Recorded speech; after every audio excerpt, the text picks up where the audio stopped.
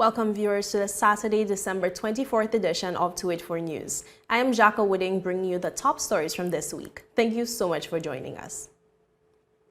Serious allegations have been raised against Director of Trade Ms. Carrier Christopher, which, according to reports from credible confidential sources, has subsequently followed in the alleged submission of her resignation. Kamal Haynes has more in this report.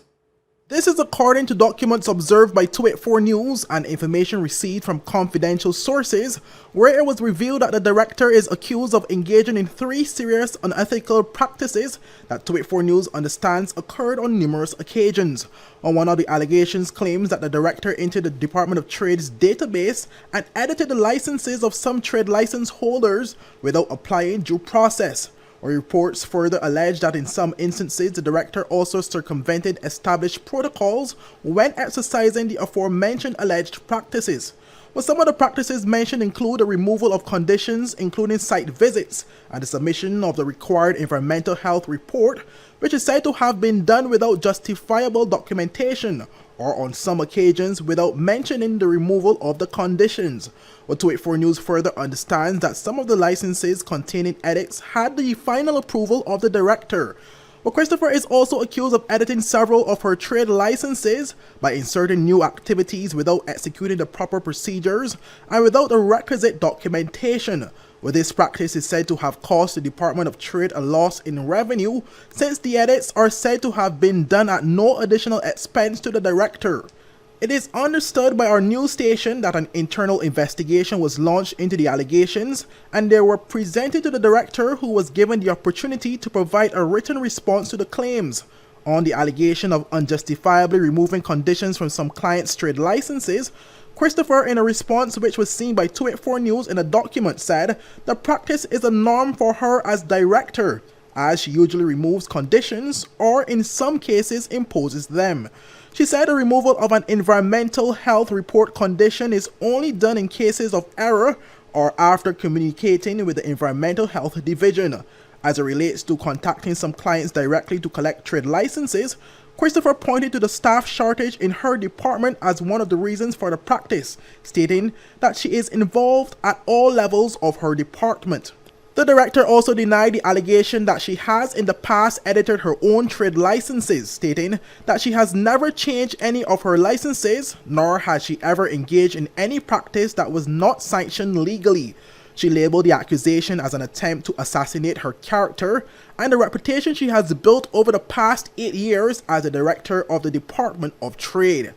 On the accusation of approving a trade license for a non-belonger, the director made reference to a specific case where she alluded to an amendment that was made to an already approved trade license for a construction business, stating that it was not one that was newly approved. She said once a trade license for a non-belonger is issued, her department deals with all amendments internally, a practice which she claims has occurred for years. But in this specific scenario, Christopher is observed stating that she expanded the services of the client's construction trade license to include plumbing, adding that it is associated with construction and saw nothing wrong with the decision. Christopher said similar changes are known to be a norm and have been the practice over the years. Following the reports of the accusations, 284 News reached out to the Junior Minister for Trade, Honorable Shireen Flatz-Charles, to gain a comment on the matter. While stating that she will not offer a comment on the reports, the Junior Minister did say that allegations of such nature under her watch will certainly be investigated. 284 News also reached out to the Office of the Deputy Governor, which is responsible for public servants. The office noted that any reports of misconduct received are investigated in keeping with the Service Commissions Act 2011 and Service Commissions Regulations 2014. In response to whether an audit will be conducted into the Department of Trade, the Deputy Governor's office said, and I quote, "Audits are a normal approach to determining changes needed or areas where further evidence is required to conclude matters," end quote. Whether Christopher will be sent on leave while investigations are launched into the allegations remain unclear. However, 284 News understands that following the submission of Christopher's June 2023 resignation, an effort is being made internally by some persons to have her reconsider that decision, with the possibility of having her transferred to another department. Thank you, Kamal. During a recent press conference, Premier Dr. the Honorable Natalia Wheatley briefed the territory on his intention to bring forth the first referendum in the BVI to reach a decision on the issue of same-sex marriage. More in this report. Premier Dr. the Honorable Natalia Wheatley is seeking to trigger the territory's first referendum, seeking to decide on the matter of legalizing same-sex marriage, as a decision currently before the High Court threatens to force the territory in that direction. According to Wheatley, the decision, which threatens to, quote, tear apart the social and religious fabric of society, end quote, relates to a case involving a same-sex couple comprising of two Virgin Islanders who were married abroad and have mounted a legal challenge to have their union legally recognized in the territory. If they were to be successful, Section 13(1)(c) of the Matrimonial Proceedings and Property Act, which provides that marriage is void unless the parties are respectively male and female, would be declared unconstitutional and therefore be null and void. As a result, same-sex marriage would become legal in the Virgin Islands. Wheatley reiterated that it is his position that matters of social and religious significance should not be decided in the courts. The Constitution provides that every man and woman of marriageable age has the right to marry and found a family in accordance with laws enacted by the legislature. The Matrimonial Proceedings and Property Act is a law enacted by the democratically elected legislature of the Virgin Islands. In response to this legal challenge, the Virgin Islands government, who is the respondent in this case, through counsel in the Attorney General's chambers, is vigorously defending our laws, which clearly provide that marriage should be between a man and a woman. Importantly also, we are defending the ability of the democratically elected legislature of the Virgin Islands to make legislation on this issue. This, he said, was the driving force behind Cabinet's decision to seek a referendum. Therefore, in a special meeting of the Cabinet of the Virgin Islands, held on Friday, the 16th of December 2022, Cabinet decided to refer the matter of same-sex marriage to a referendum so that the electorate can consider and decide on the question of whether same-sex marriage should be legal. This will be the first referendum in the history of the Virgin Islands. This referendum will give all eligible persons the opportunity to defend what they believe to be socially and morally right. The referendum will also consider the question of whether new legislation should be introduced to provide persons in a domestic partnership with certain legal rights, such as the ability to pass on one's estate to their partner regardless of sex. In order for the referendum to proceed, a resolution must first be prepared, agreed upon, and then voted on by the House of Assembly. For 284 News, I am Jacka Wooding. In other news, the Elmore Stout High School redevelopment project has achieved substantial completion. Substantial completion means that all major components of the works were successfully completed and the building was deemed to be fully functional. More in this report.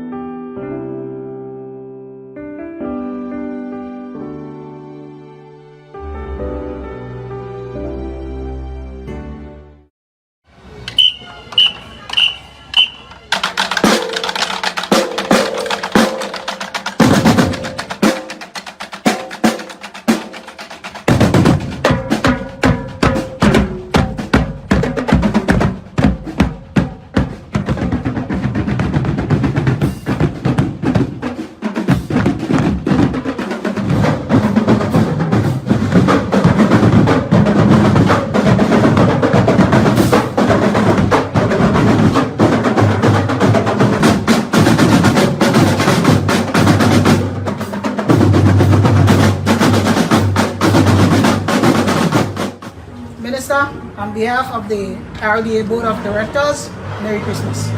Thank you very much. On behalf of the government of the Virgin Islands, we're truly grateful that we have finally come to this point, that we hand over the keys officially to the Elmore Stout High School, to the principal of this amazing institution.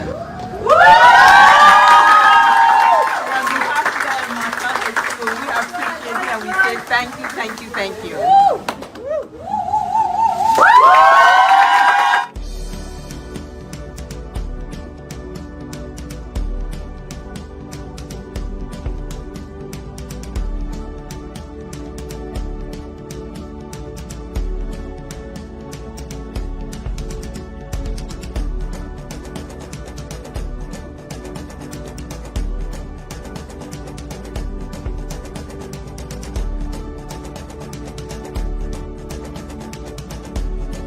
Welcome to our Food, Nutrition and Health class lab.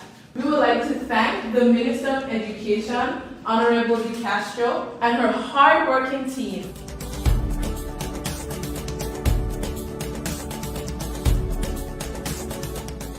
On behalf of the Premier and Government of the Virgin Islands, we're truly appreciative of the fact that you all have seen the hard work that have gone into this facility, and we look forward to the excellence that will come from it. Cheers. Cheers.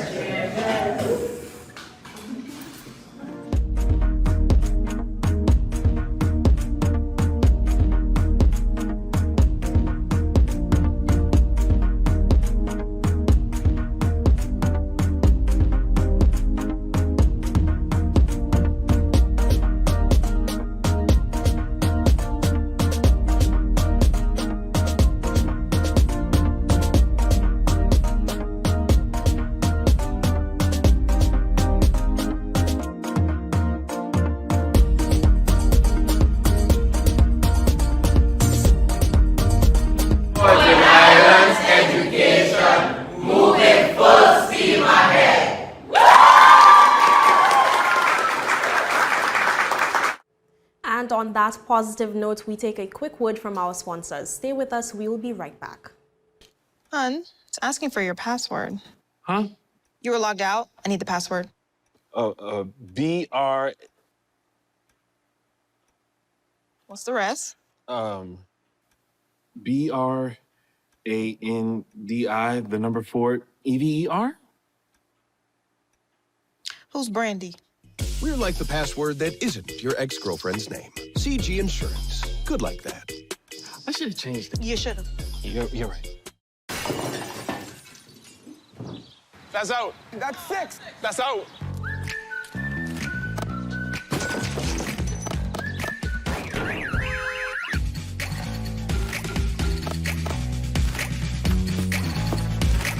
With worldwide medical coverage and affordable premiums, we're like a home match that isn't played at your actual home. CG Insurance. Good like that.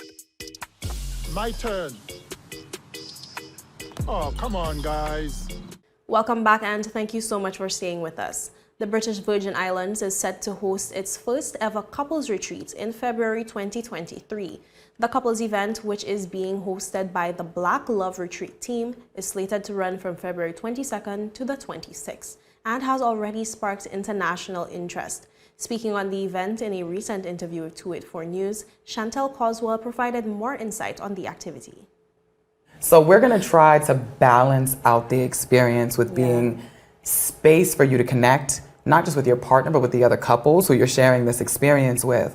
Part of the beauty of a group is that you're seeing other people who are going through similar experiences and getting a chance to kind of learn, not just from experts, but from lived wisdom and experience and similar people with similar issues in history, which is why a retreat for Black folks is also really helpful, because you're talking to people like you, right? In couples like you, with concerns like you. So you're not the only couple who's there. We've even been getting some responses from interracial couples wondering if that's okay. And I'm like, absolutely. If anybody needs deeper insight into what is a typical issue for a Black couple, an interracial couple, when you're like, is it because I'm Latina that I don't get this? Or like, what is happening?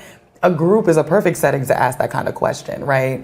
So we're not only doing workshops, so there will be workshops sort of in the morning and evenings most days. One day is going to be our intimacy day. which means that we're gonna go just have a nice little yacht party, some beach, lunch, and then come back, do some tantric yoga and meditation, and then you get to go off with your partner and do with that what you wanna do with that. Now we take a look at some of the developments to come out of this week's budget debates. 4th District Representative Mark Vanterpool urged the United Kingdom government to let the people of the Virgin Islands go. Vanterpool said the time is now for the UK government to allow the people of the Virgin Islands to be free from their control. I want to say, Mr. Speaker, to the United Kingdom that the time has come when colonialism must stop. It must be ended in the Caribbean. It must be ended all over the world.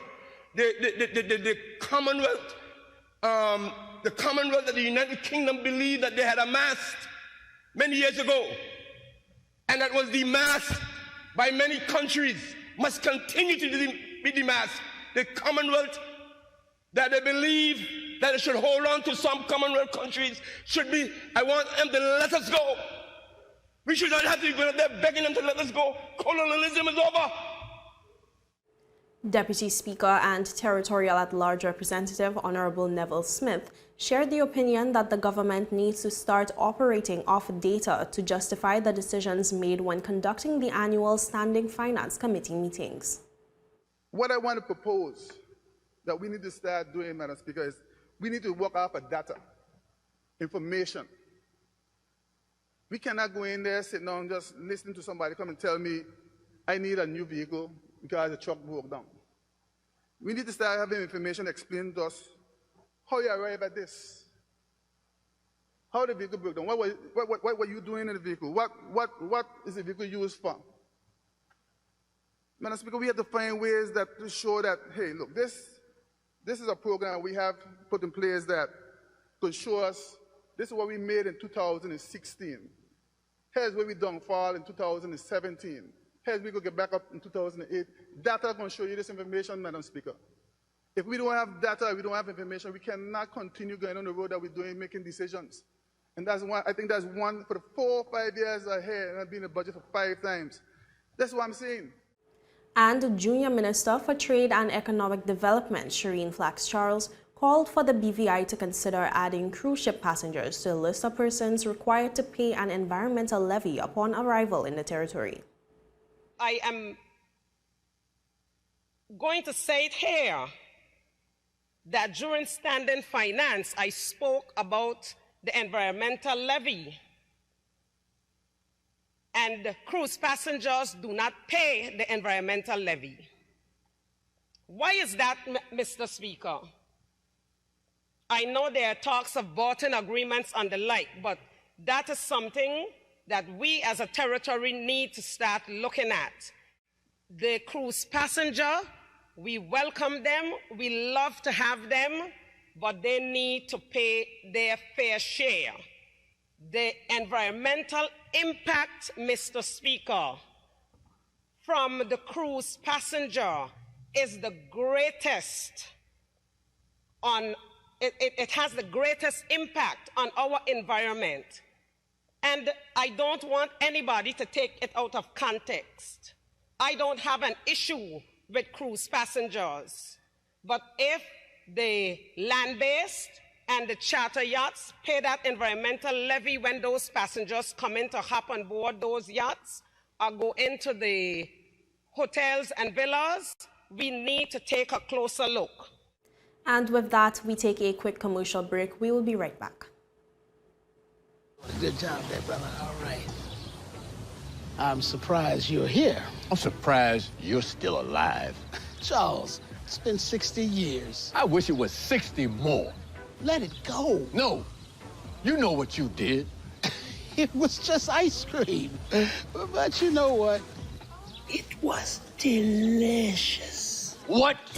We're like a family get-together without all the family drama. What you gonna do? CG Insurance. Good like that.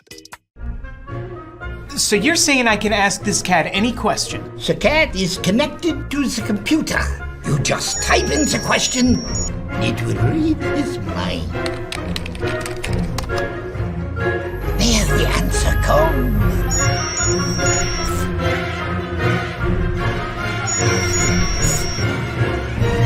You're the man! been looking for this for weeks.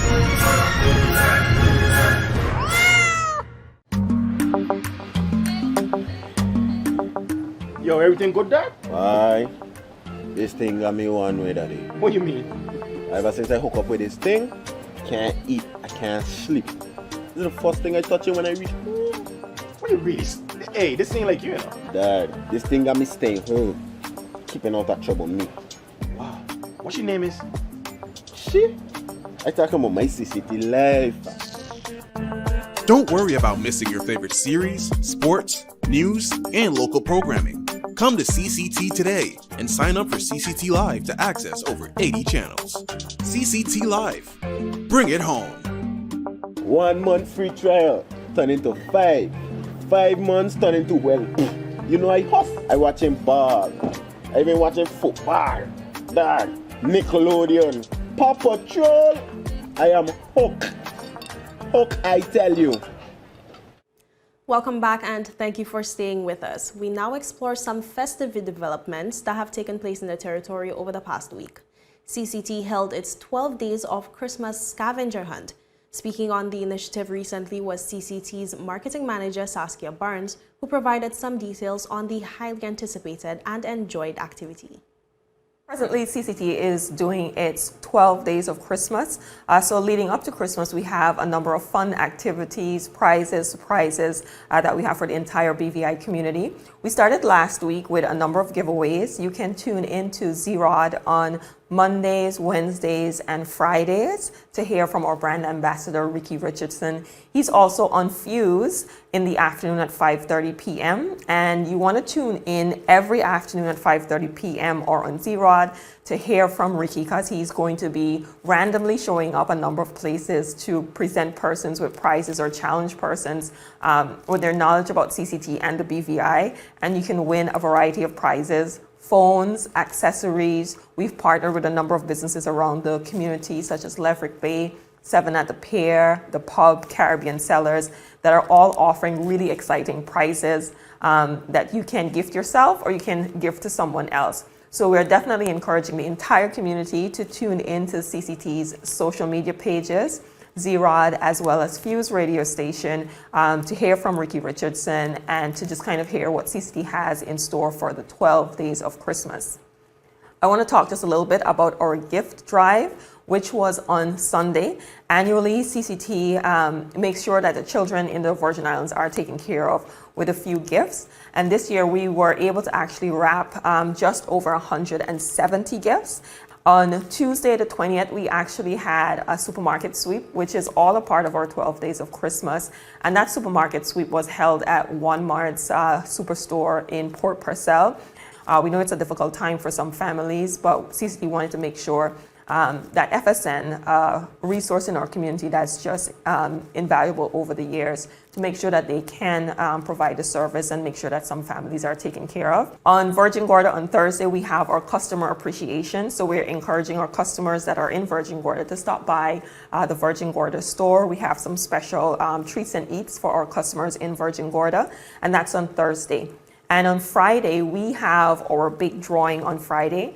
Now, our customers who have paid up their bill, they've topped up or they've subscribed to a new service, are all eligible to be a part of our $5,000 cash prize. And so we're giving everyone up until Friday to make sure that they get in on that. Friday is also our customer appreciation in store on Tortola at our flagship store. And we are kicking off the day from 10 a.m. With our brand ambassadors, and persons can come into the store and get a chance to chat with our brand ambassadors, meet our brand ambassadors, and take part of a few fun challenges with our brand ambassador every hour on the hour from 10 a.m. moving all the way to 4 p.m. where we'll do our grand drawing for the $5,000 cash prize. And throughout the day, some of the prizes are going to be, again, phones, accessories, gift vouchers from our partners, as well as just a few other really great prizes that you can gift yourself or you can give to a loved one this holiday season. And that kind of all will culminate CCT's 12 Days of Christmas. So we're definitely encouraging the community. We're definitely encouraging our customers to stick and stay to our social media pages. Make sure you check Ricky. Ricky's going to be driving around town and driving around the island. And if he stops you, he might ask you a question about CCT or the BVI, and you really get a chance to win some really awesome prizes. And finally, this past weekend, the Trellis Bay Market held its 5th annual Christmas at the Bay, which saw Santa Claus once again arriving via dinghy, delivering gifts to children from around the Virgin Islands. The day was filled with entertainment as well as a lot to do for the entire family. Ron Grant filed this report. The Trellis Bay Market on Saturday held the 5th annual Christmas at the Bay, which saw Santa coming in once again via a dinghy, delivering gifts to children from around the Virgin Islands. The day was filled with entertainment as well as much to do for the entire family. Yes, it feels like Christmas. I'm happy to see everyone is out. Things rough, yeah, but we have life. And I think that the people are happy that COVID is kind of it slowed down, and so we are able to enjoy Christmas. And I think the people are happy, they are festive, and we give thanks for life. Christmas is in the air. It's my first time at the Trellis Bay Market fun day for the kids, but let me tell you, it is in the air. I've been at the Christmas on Main Street, Christmas in Spanish Town, and what I'm happy about is the amount of local flavor. And we also have the tart wars, and of course, guava is the champion of the tarts. I'm sure you know about that. But guava is the champion, and pineapple coming a close second. But Christmas is in the air in the Virgin Islands, and we're so happy that persons are really getting into the spirit. The family-friendly event has become a signature of the Trellis Bay Market. Molly Penn of the Trellis Bay Market spoke about the event. We're here at the 5th annual Santa at the Bay at Trellis Bay Market Bar and Grill. This event started in 2017 when, after the BVI overall suffered a tremendous loss during the 2017 hurricanes of Irma and Maria. We took an initiative with Mark Levezzi and Trellis Bay Market Bar and Grill. We started that year to give out free gifts to kids in the community, just to lift their Christmas spirits up, of course. And now we are here at our 5th year giving free gifts to the kids in the community. As you can see behind of me, we have, I would say, up to 500 gifts. We have a bit in the back too, but once these are over, then the kids are here, the kids are ready to have some fun, and we are here for that. Penn also spoke on the highly anticipated New Year's Eve party, which is a staple in the organization's calendar of events and one that the entire territory looks forward to. However, Penn said that it may not happen this year due to lack of sponsorship. So for the New Year's, we usually have our traditional New Year's Eve party. Unfortunately, this year we are unable to have a wonderful 5-minute fireworks display. It's a bit sad because we do see a lot of persons coming out just to enjoy that event with their kids, with their family. This is the one location all along the beach in Tortola that families just come out on New Year's Eve to just ring in the new year. Unfortunately, we weren't able to get enough sponsorship this year, so we are reaching out to the community to assist us. We are really trying to see if we could get some additional donors and some additional sponsors so we can even try to enhance our event a bit more. We are currently at 12,500, but we need to get to our budget of 28,500 to have that fireworks display for our community once again. So if you would like to contact us, the number is 284-341-6077, or you can send us an email at info@trellisbaymarket.com. Reporting for 284 News, Ron Grant. And with that, we have come to the end of today's news roundup. Be sure to follow us for daily news updates at 284media.com and like us on Facebook at 284media and 284BVI on Instagram and Twitter. I am Jacko Wooding, and I'll see you again in January. Have a safe and enjoyable holiday weekend. Merry Christmas.